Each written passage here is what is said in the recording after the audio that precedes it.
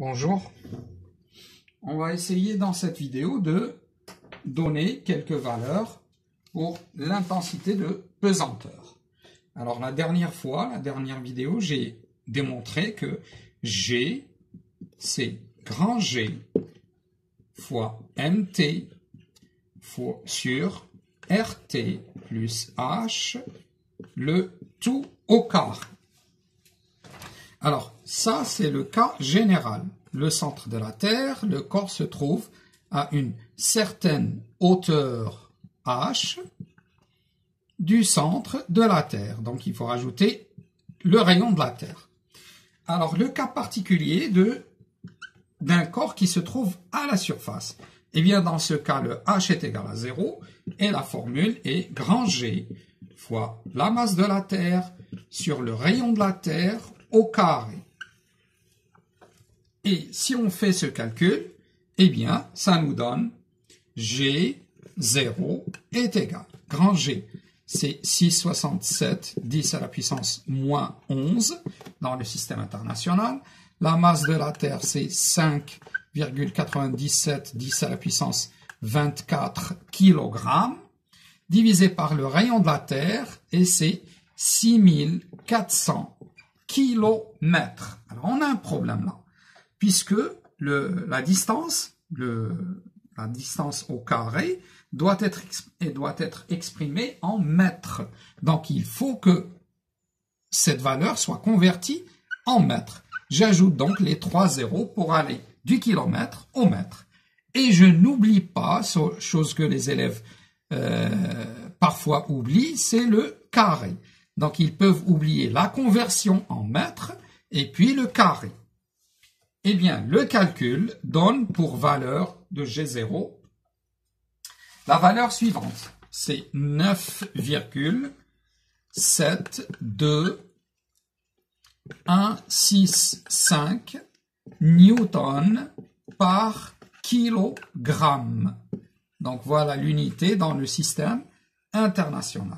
Et là, on retrouve la valeur qu'on donne parfois dans les manuels ou dans les exercices, qui est 9,8 à peu près pour simplifier, 9,8 newton kilogramme moins 1.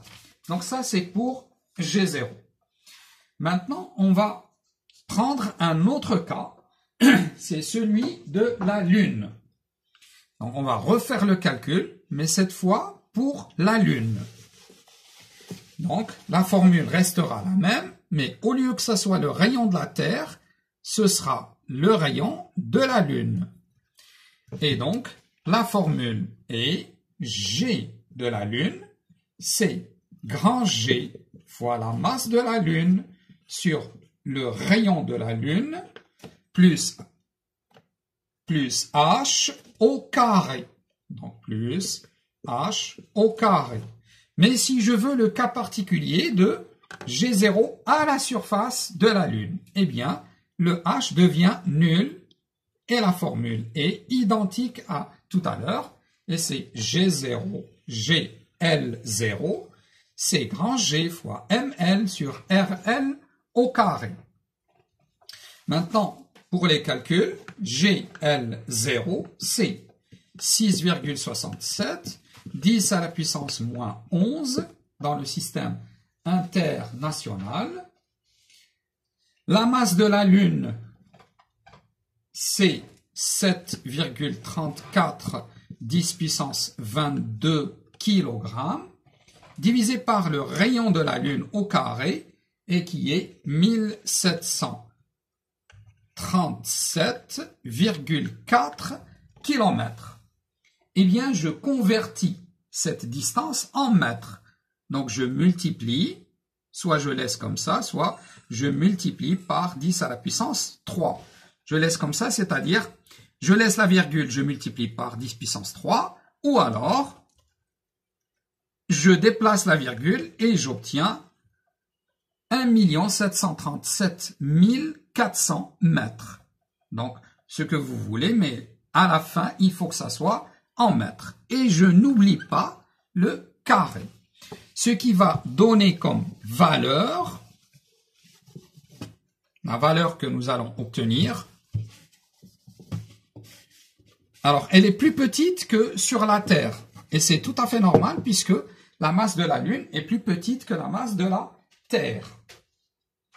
Eh bien, la valeur que l'on obtient, c'est G sur la Lune à la surface de la Lune, c'est-à-dire GL0, c'est 1,62 189 newton kilogramme moins 1.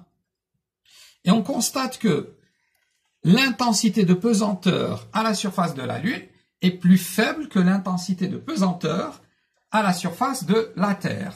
C'est pour ça que si vous regardez un documentaire parlant des astronautes sur la Lune, eh bien on constate que ces astronautes, en fait, arrivent à sauter plusieurs mètres juste avec un saut.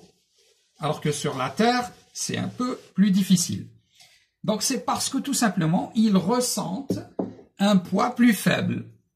Donc si par exemple une personne sur la Terre pèse, on va dire, à une masse qui est de 100 kg, eh bien sur la Lune, elle sentira comme si son poids était le 1/6 de cette masse. Comme si, en fait, la masse ne change pas, mais le poids va changer. Eh bien, en faisant le rapport des deux, G0 sur G0L, on trouve à peu près 6 fois. C'est tout simplement 5,994, ce qui est à peu près égal à 6. Donc G0 à la surface de la Lune, c'est le 1/6 de G0 sur la Terre. L'intensité de pesanteur à la surface de la Lune, c'est le 1/6 de l'intensité de pesanteur à la surface de la Terre. Donc un astronaute sur la Lune va sentir un poids égal au 1/6 de son poids sur la Terre. Si par exemple je dis que cette personne possède une masse égale 60 kg sur Terre, eh bien sur la Lune, ce sera aussi 60 kg sur la Lune, sur la Terre, sur la Lune. Mais le poids, ça c'est la masse sur la Terre, la masse du corps, sur la Lune et sur la Terre. Elle est identique puisque la masse ne varie pas si vous changez de position. Mais le poids sur la Terre, ce sera 60, ce sera mg, m fois g. Donc sur la Terre, ce sera mg0. Et ça sera 60 multiplié par, on va prendre comme valeur 9,7. 9,7. Donc, ça donnera un résultat égal à. Alors, voilà. Alors, 60 multiplié par 9,7 donne 582. C'est 582 newtons. Ça, c'est donc le poids de cette personne, de cet astronaute, sur la Terre, la surface de la Terre. Eh bien, la même personne sur la Lune aura un poids différent. C'est 60 kg qui est la même, fois 1,6. Ce que nous avons fait tout à l'heure, c'est 1,6 à peu près. Et ça donnera 60 fois 1,6, c'est 96 newtons. On voit donc que cette personne sentira un poids plus faible sur la Lune que sur la Terre, même si sa masse n'a pas changé. En fait, c'est son poids qui a changé. Donc voilà pour cette remarque concernant les intensités de pesanteur. Pour terminer cette vidéo, je vous montre comment on peut relier l'intensité de pesanteur à la surface de la Terre avec l'intensité de pesanteur à une certaine hauteur. Eh bien, déjà, la formule générale de l'intensité de pesanteur, c'est G à une hauteur H, c'est grand G fois la masse de la Terre sur le rayon de la Terre, plus la hauteur, le tout au carré, alors que sur la surface de la Terre, c'est grand G fois mt divisé par RT au carré.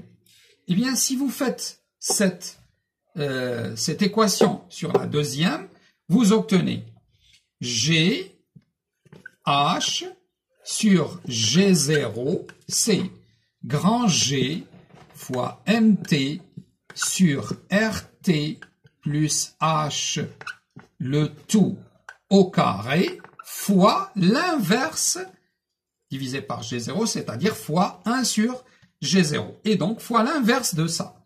Et c'est RT au carré divisé par grand G fois MT. Il est évident qu'on peut simplifier MT et simplifier G. Donc, on obtient alors GH sur G0 est égal RT carré sur RT plus H, le tout au carré.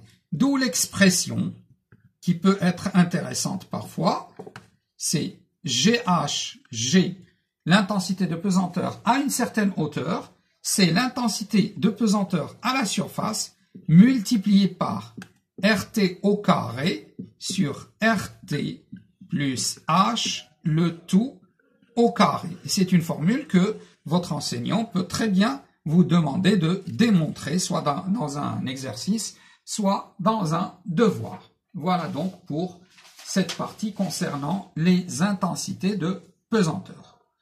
Merci. La prochaine vidéo, ce sera un exercice assez complet de manière à nous permettre d'utiliser tout ce que nous avons connu dans les vidéos précédentes. Merci.